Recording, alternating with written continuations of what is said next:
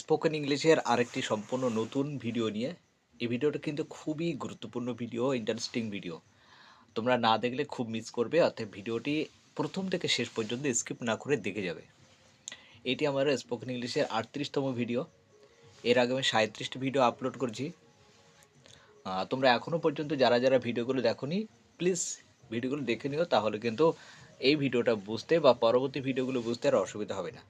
দেখো, স্পোকেন ইংলিশের কিন্তু অনেক কাছাকাছি চলে এসেছি শেষের দিকে। এর আগে এর পরে কিন্তু যত ভিডিও আসবে সব ভিডিওগুলো খুবই গুরুত্বপূর্ণ হতে চলেছে। অতএব একদম মিস করবে না, ভিডিওগুলি দেখে যাও একদম প্রথম থেকে শেষ পর্যন্ত। দেখো, আজকে আমি কী নিয়ে শুরু করতে চলেছি। আজকে শুরু করতে চলেছি গণনা সূচক এবং মাত্রা সূচক বাক্য, অর্থাৎ কাউন্টেবলস এবং আনকাউন্টেবলস নিয়ে কিছু স্পোকেন ইংলিশ, বাংলা থেকে ইংলিশে কীভাবে স্পোকেন ইংলিশে বলতে হয় সেগুলো আমি তোমাদের একটু কয়েকটা উদাহরণ সহ শেখাবো। চলো শুরু করা যাক। আজকে ভিডিওটা প্রথমে কি আছে, বইগুলো টেবিলের উপর রাখা আছে, প্রত্যেকটি বই নীল।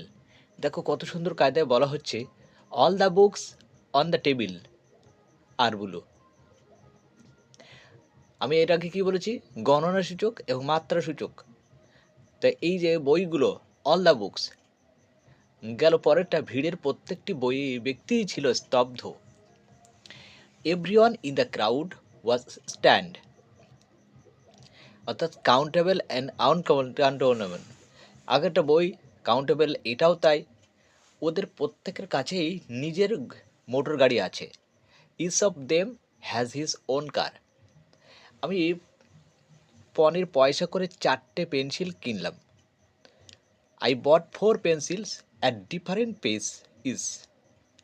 সোনিয়া ও বিনা একে অন্যকে ভালোবাসে। Sonia and Rina are fond of each other. তারপর দেখো, রাজীব ওর মাকে 1 সপ্তাহ অন্তর দেখতে আসে। 1 সপ্তাহ, দেখো এটা কিন্তু কাউন্টেবল নাউন।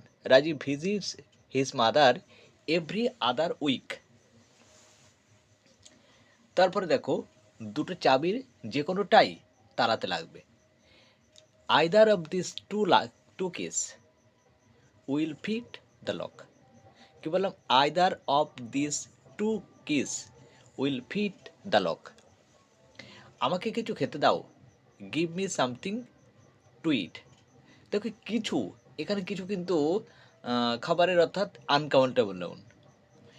তোমার পকেটে কিছু থাকলে বের করে নাও। Take out if you have anything in your pocket. তারপরে দেখো, কিছু ভেবো না, আমার কাছে কিছু নেই। Don't worry, I don't have anything. আমি অনেক কিছু হারিয়ে ফেলেছি। I have lost many things. কেউ এসেছে কি? Has someone come. হ্যাঁ, আপনার জন্য কেউ একজন অপেক্ষা করছেন। Yes, someone is waiting for you. সমস্ত বাড়িটাতেই কোলাহল ছিল। There was commotion or uproar in every house. আর কেউ এসেছিল?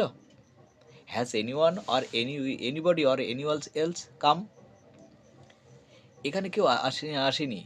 নোবডি অথবা none, no one come here. এ বাড়ির সব কিছুই তোমার জন্য। Everything in this house is at your disposal. তাহলে এই হচ্ছে আজকের ভিডিওটি প্রথম থেকে শেষ পর্যন্ত।